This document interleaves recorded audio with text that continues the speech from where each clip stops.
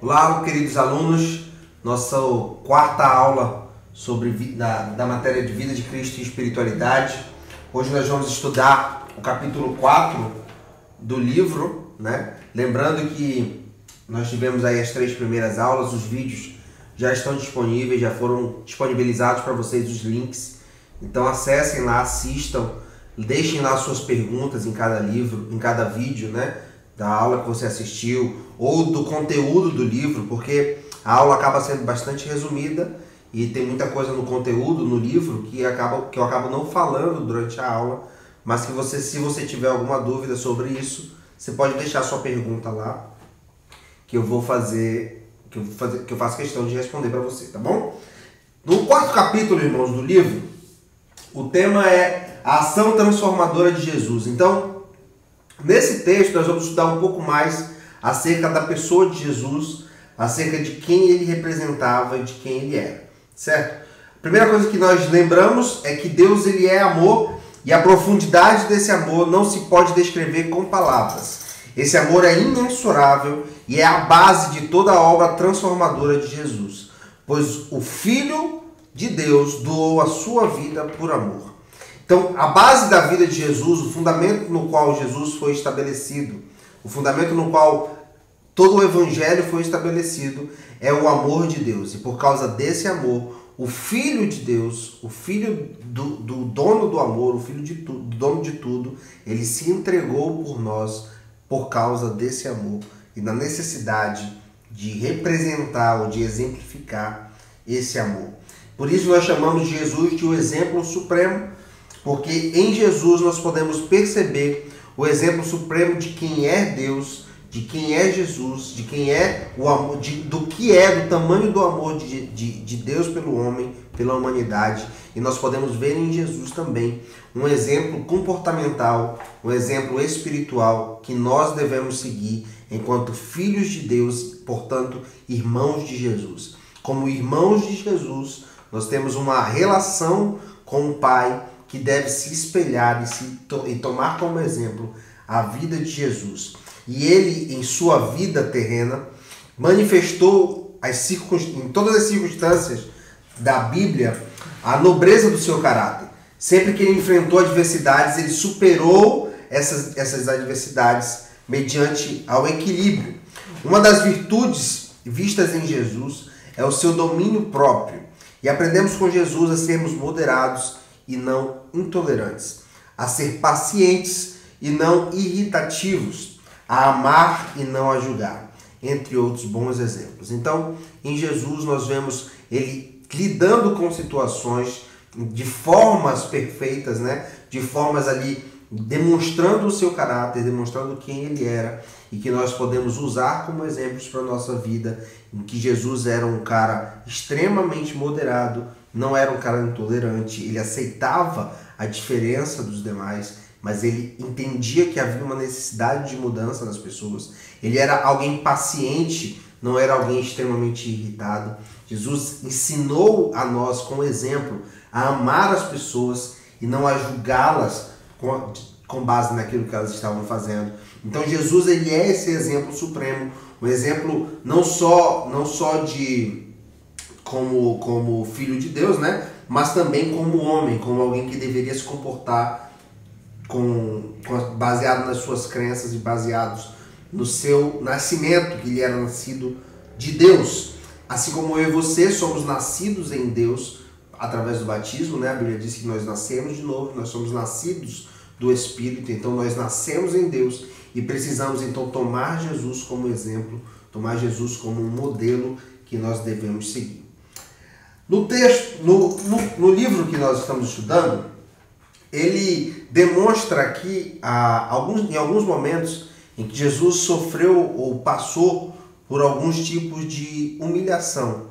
E no que tange a essas humilhações, Jesus ele se fez de servo, né? Ele disse que ele veio para servir, não para ser servido.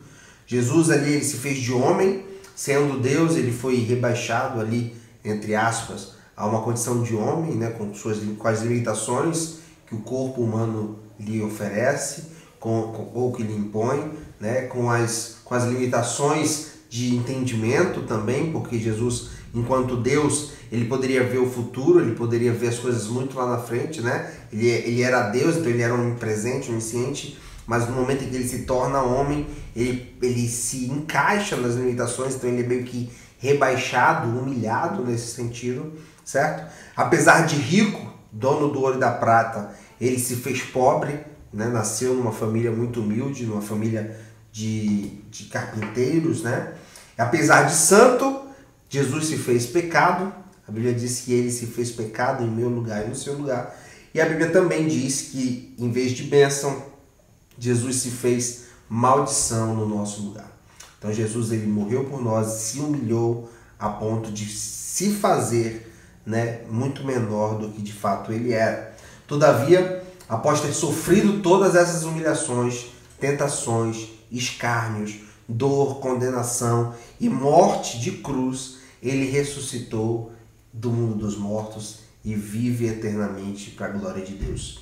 Ele tomou sobre si a nossa natureza humana para glorificá-la e alçá-la a um destino celestial. Então Cristo pegou aquilo que nós éramos, as nossas fraquezas, as nossas dificuldades, as nossas limitações, e alçou tudo isso através da sua humilhação, através de tudo que ele sofreu. Ele alçou a nossa vida a uma possibilidade ou a uma vida muito maior, que era uma vida eterna. Certo? Quero falar um pouco sobre a valorização de Jesus, né, enquanto ser humano. O homem, uma coisa, isso aqui a gente precisa ter muita calma para entender direitinho. É uma história muito simples, a gente já ouviu muitas vezes, porém eu preciso que você preste bastante atenção nisso aqui, que eu vou falar um pouco sobre a natureza humana e um pouco sobre o que Jesus fez a partir disso. O homem foi criado de maneira natural e moralmente semelhante a Deus. Ou seja, o homem foi criado não só a imagem de Deus, o corpo físico ou o formato, né? Ali o rosto e tal, mas o homem foi criado à semelhança de Deus. A ser a semelhança de Deus significa dizer que nós somos, nós possuímos o caráter de Cristo, de Deus, nós possuímos as emoções de Deus, nós possuímos o intelecto de Deus, nós possuímos características que estão em Deus e que foram replicadas em nós. E ao pecar, o homem ele perde essa semelhança moral, que era a sua impecabilidade, ou seja, o homem ele foi criado sem pecado, ele foi criado através de uma impecabilidade. Quando ele peca, quando ele constitui o pecado, ele perde essa semelhança moral com Deus, na qual ele foi criado. Já que ele foi criado um ser ali igual a Deus, semelhante a Deus, agora o homem faz algo que o tira dessa condição e o rebaixa a sua identidade moral, rebaixa a sua semelhança com Deus. Então o homem, agora, todavia, a semelhança natural, quanto o intelecto, as emoções, a vontade, ou seja, a identidade da alma, ele ainda detém. Então o homem, ele possui ali uma diferença entre o natural e o moral, né? E nisso o homem ele acaba perdendo ali, através do seu pecado, ele perde um pouco dessa semelhança, dessa naturalidade. Ter sido criado à semelhança de Deus significa que o ser humano foi criado com caráter e personalidade semelhantes a ele. Ser semelhantes a Deus significa dizer que somos semelhantes a Cristo. Como o pecado significa, a palavra pecado significa errar o alvo, tanto no Velho como no Novo Testamento, todo pecado gera uma dívida impagável diante de Deus. Então, como pecar ali foge da natureza de Deus, foge daquilo para o qual nós somos criados, o ato de pecar nos gera uma dívida impagável, que nós não temos condições de nos reposicionarmos como semelhantes a Deus novamente. Nós não temos condições de nos tornarmos criados à imagem e semelhança de Deus novamente, porque agora nós possuímos algo que Deus não possui, que é o pecado. Ok? Como nós perdemos essa semelhança, a única forma então de quitar essa dívida, de resolver esse problema na queda do padrão de conduta que nós somos criados, a única forma de restaurar isso é através da remissão da dívida em Cristo Jesus. Então Cristo ele faz essa remissão, ele nos tira dessa situação onde nós pecamos e saímos da condição de semelhantes a Deus e nos coloca novamente ali, através do seu pagamento da dívida, ele nos coloca como filhos que temos a capacidade de sermos imagem e semelhança de Deus. Ok? Vamos ver, depois que nós falamos sobre essa valorização, inclusive o livro chama esse acontecimento, né, de um grande paradigma bíblico, ou seja, é o padrão bíblico. Enquanto o homem pecou e se distanciou de Deus, Cristo fez com que o homem se tornasse novamente imagem e semelhança de Deus. Esse é o grande padrão bíblico, onde Cristo se coloca no nosso lugar, onde Cristo assume o nosso lugar, e a partir daí ele nos faz semelhantes a ele, nos faz semelhantes a Deus. Ok? O próximo tópico do livro vai falar um pouco sobre como Jesus se dirigia às pessoas, como Jesus tratava com as pessoas.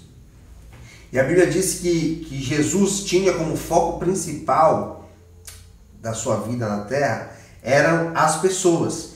E ele se comunicava com todos os níveis sociais, com todas as pessoas que o procuravam ou que passavam de alguma forma pela sua vida. Sejam elas mendigos, como o cego lá de Bartimeu, né, que estava à beira do caminho lá pedindo esmolas, ou também Zaqueu, né, um homem poderoso, um publicano. Então Jesus ele se relacionava com todas as classes sociais, porque o foco de Jesus não estava na classe social ou no poder aquisitivo das pessoas, e sim, de fato, nas pessoas, independente de quem fossem elas. Então, o foco principal de Jesus sempre foi as pessoas. E sempre que ele falava, aonde quer que ele falava, ele era capaz de atrair a atenção tanto dos mais pobres como dos mais ricos. Jesus ele era capaz de fazer com que as pessoas parassem as suas atividades, largassem os seus barcos, largassem aquilo que estavam fazendo para ouvi-lo falar, para ouvi-lo dizer aquilo que ele tinha, que ele carregava e que ele tinha para falar ou para dizer ali para aquelas pessoas. Então Jesus, ele, por ter essa facilidade de falar com todos, de buscar sempre e focar sempre nas pessoas, ele acabava sendo muito bem recebido e falando, alcançando todas as pessoas. Deus nunca pretendeu ficar distante da sua criação. Porém, no Éden, quando Adão e Eva pecam, há um distanciamento natural, né? Um distanciamento entre Deus e o homem por causa do pecado.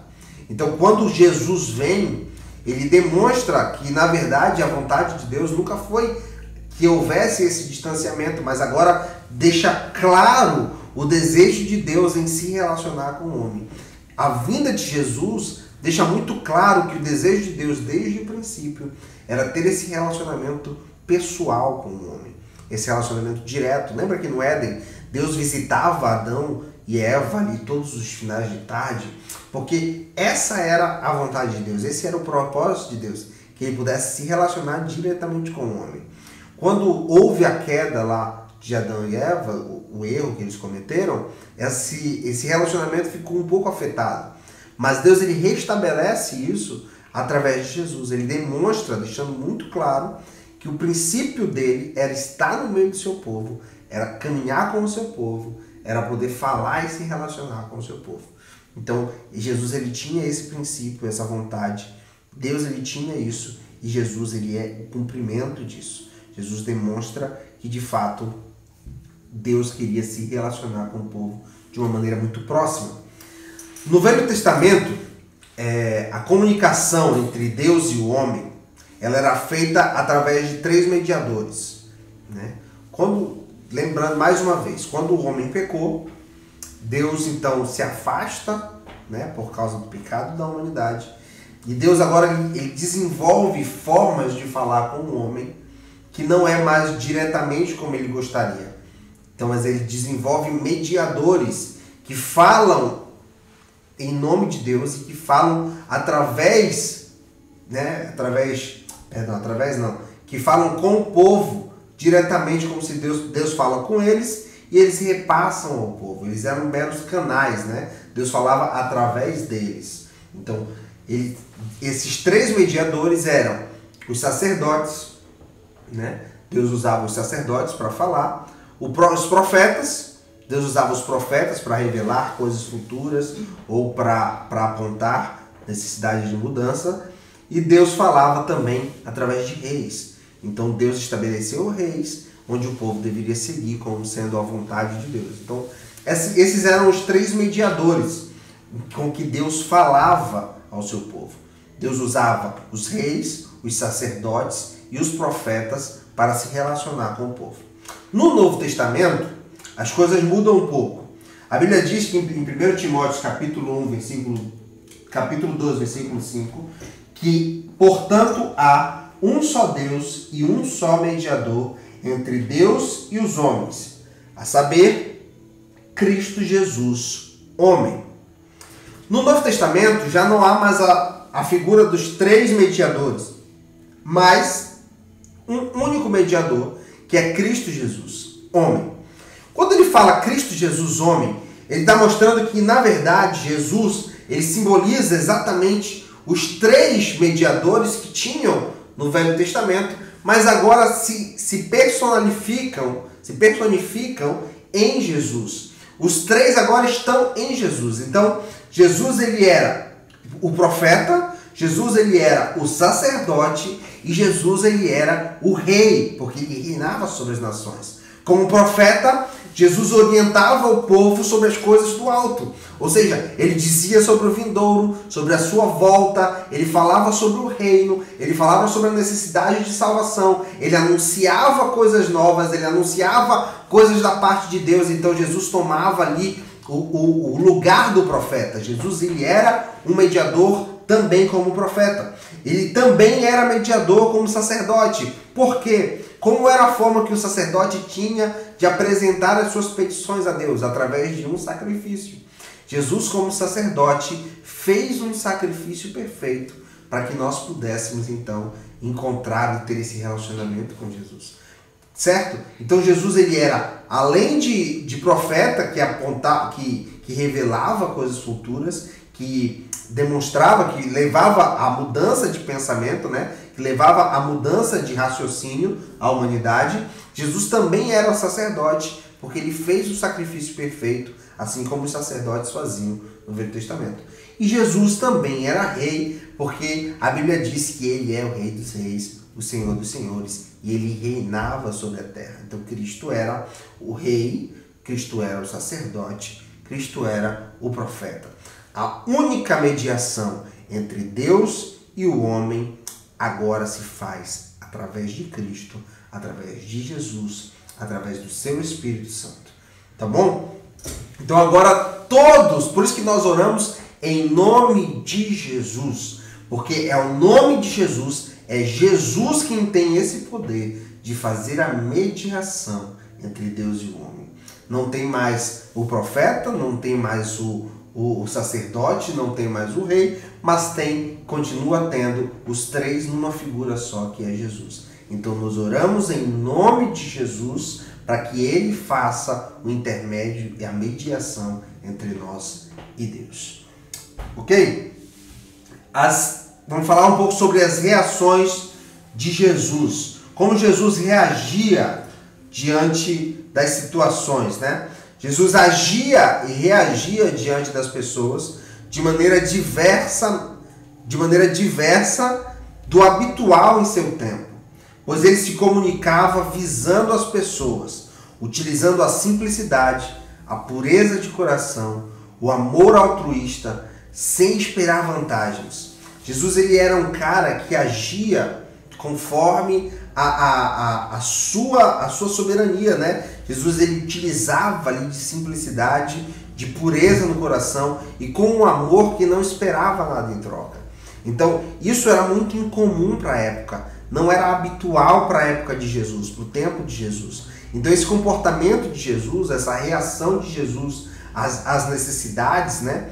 A necessidade do povo, chamava muita atenção, porque não era comum que os, entre aspas, religiosos, aqueles que se falavam como se fosse Deus, ou falavam, né, eram tidos como boca de Deus naquele tempo, não andavam como Jesus andava, não falava como Jesus falava, não se comportava como Jesus se comportava, não reagia como Jesus reagia, porque Jesus tinha uma pureza no coração, uma simplicidade e um amor sem esperar nada em troca. Então isso chamava a atenção, e Jesus era sempre rodeado de pessoas para ouvi-lo, porque ele era um homem diferente para o seu tempo. Ele era um homem completamente único para o seu tempo. Jesus andava pregando. Outra coisa que eu acho muito curiosa, nós vamos ver várias vezes relatos de milagres que Jesus fez em diversas cidades, né? Nós vamos vendo que Jesus ele ia andando.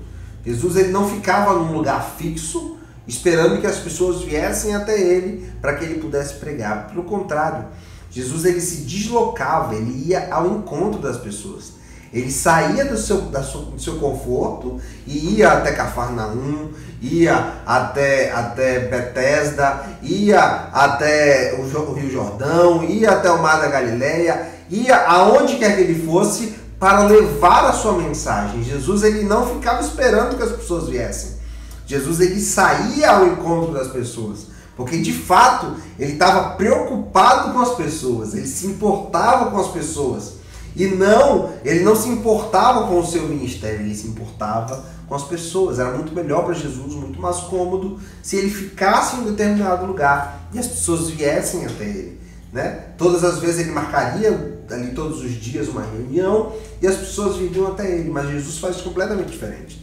Jesus ele vai até as pessoas. Jesus ele caminha de cidade em cidade, porque a intenção dele era que as pessoas conhecessem o Evangelho em todas as cidades, sem precisar nem irem atrás dele, mas ele ia para se anunciar, para anunciar as boas novas a todos, né? Então ele ia ao encontro das pessoas, anunciando o reino, curando, libertando, se compadecendo dos aflitos. Ele tinha uma particularidade, Jesus ele aceitava os convites ali para refeições. Então nós vemos algumas vezes na Bíblia Jesus aceitando almoçar na casa de um, tentando comer na casa de outro. Nós vemos algumas passagens em que Jesus está na casa de uma pessoa, depois ele está na casa de Zaqueu.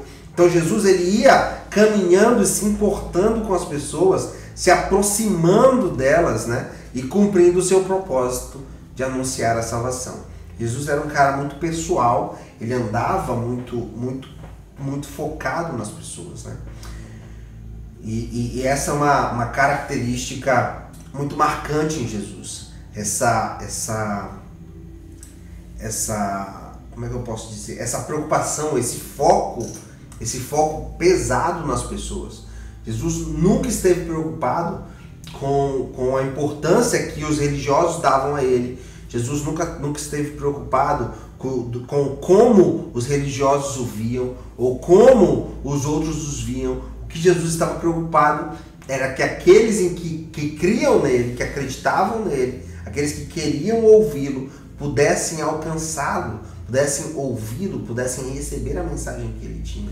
Então o foco de Jesus era na pessoa, era ajudar aqueles que estavam aflitos, era resolver um problema, era trazer uma cura. Então Jesus estava muito focado nas pessoas. Então ele saía das suas cidades, ele andava para resolver os problemas das pessoas. E isso é uma característica muito forte e muito marcante em Jesus. Vamos falar um pouco sobre Jesus e a sua família, né? Todos nós sabemos que Jesus nasceu de uma virgem, a Virgem Maria, e tem como pai, né, um carpinteiro chamado José. Ele nasceu na cidade de Belém, de Judá, uma aldeia pequena, com aproximadamente 450 habitantes, ou seja, um lugar bem pequeno, bem remoto. Jesus nasceu ali nesse lugar pequenininho e foi criado numa outra cidade, na cidade de Nazaré. Por isso nós vemos ali alguns relatos falando sobre Jesus de Nazaré, né? Algumas nós conhecemos até como Jesus de Nazaré, mas Jesus nasceu em Belém, num vilarejozinho lá, com 450 pessoas. Jesus nasce nesse vilarejo. Após ali aquele período em que Herodes tinha mandado matar os bebês nascidos, o pai de Jesus leva Jesus de volta até Nazaré, e lá Jesus cresce, lá Jesus aprende a ser carpinteiro, lá Jesus desenvolve as suas amizades, lá Jesus desenvolve as suas relações, né? Jesus desenvolve sua relação com avós, com tudo. Jesus vai crescendo ali na cidade de Nazaré, e é por isso que a cidade de Nazaré, mais na frente a Bíblia diz que a cidade de Nazaré não pôde ver milagres, porque elas não acreditaram em Jesus, porque não houve fé suficiente em Nazaré. Porque quando eles olhavam para Jesus, eles viam Jesus que tinha nascido ali de Maria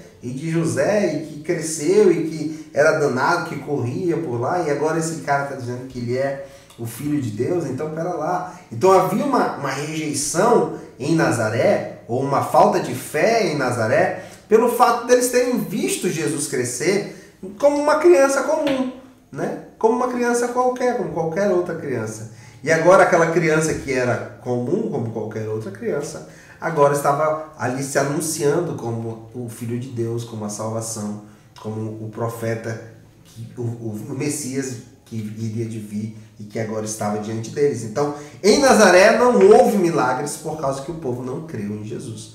Porque viram Jesus somente como um homem e não conseguiram enxergar em Jesus o outro lado de Jesus, que era o fato dele ser Deus. Ok? Ele era primogênito, filho primogênito do casal, Maria e José, mas ele tinha 4 irmãos homens, que a Bíblia dá o nome deles de Tiago, José, Judas e Simão. Inclusive, tem muitas pessoas acreditam, né, que o livro de Judas da Bíblia foi escrito por esse Judas, irmão de Jesus, né? Não há um consenso 100%, mas é quase certeza de que o livro de Judas tem um capítulo só, né?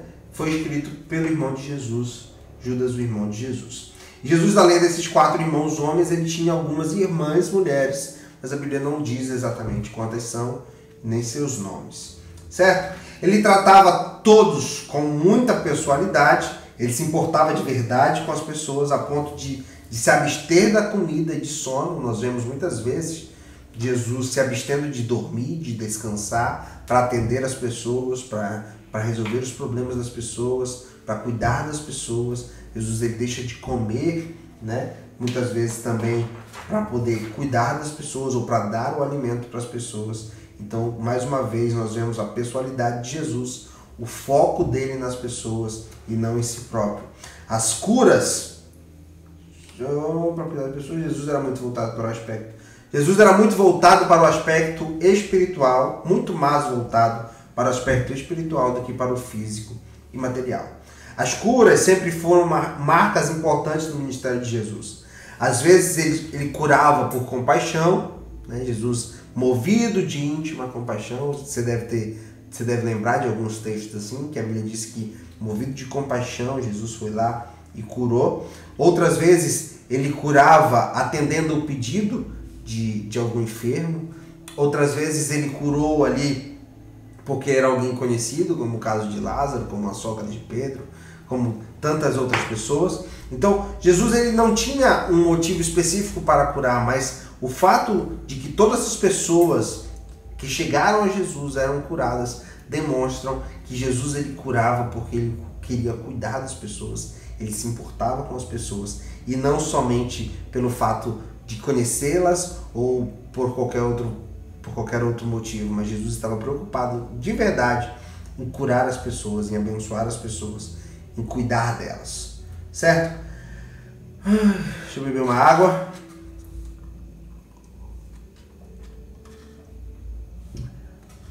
Então, às vezes ele curava por compaixão, às vezes ele atendia o pedido de alguém, às vezes era um amigo ou alguém muito próximo que estava precisando. No entanto, ele não esperava que as pessoas somente crescem em milagres, mas sim que as pessoas confiassem nele e o aceitassem em suas vidas. Então Jesus ele não queria somente que as pessoas viessem buscar somente o milagre, mas a intenção de Jesus é que as pessoas pudessem confiar nele e aceitassem ele como o Messias que era prometido a toda geração.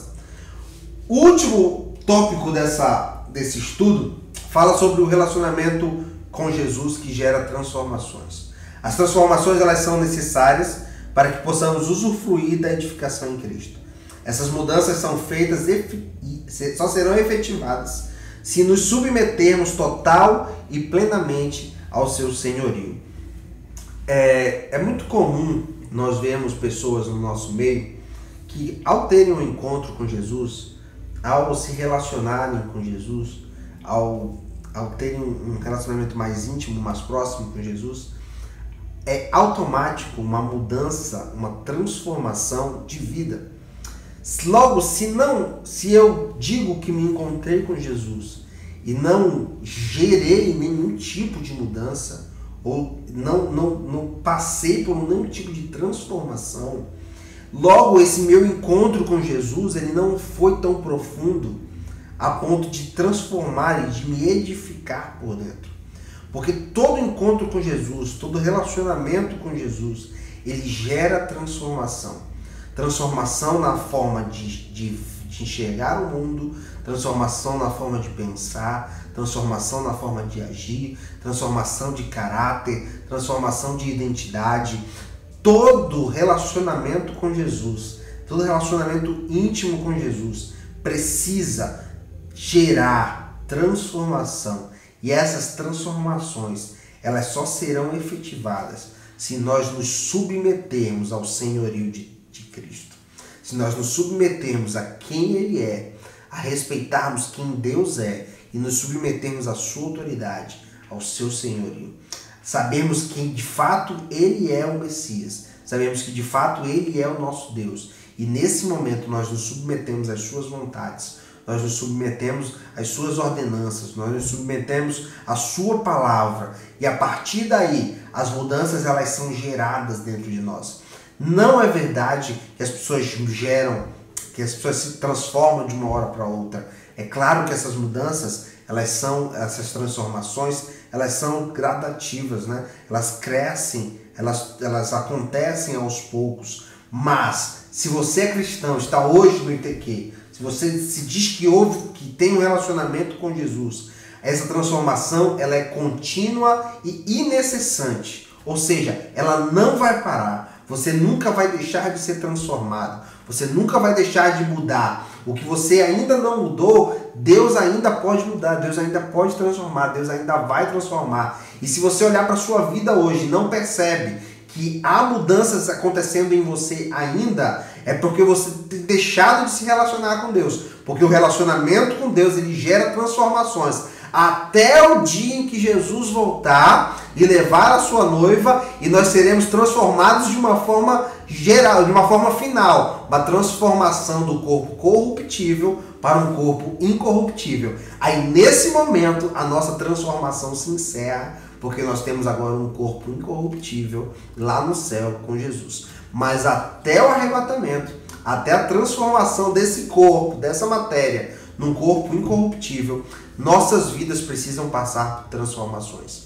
Nós precisamos passar por transformações. Transformações como tratar nossa esposa, nosso marido, nossos filhos, como tratar os nossos amigos, como tratar os nossos colegas de trabalho, como tratar os nossos funcionários, como tratar os nossos patrões, relacionamentos com os nossos pastores, com os nossos líderes. Tudo isso precisa passar por constantes transformações. Quando eu me relaciono com Deus, quando eu me relaciono com Jesus, essas transformações elas acontecem no nosso dia a dia.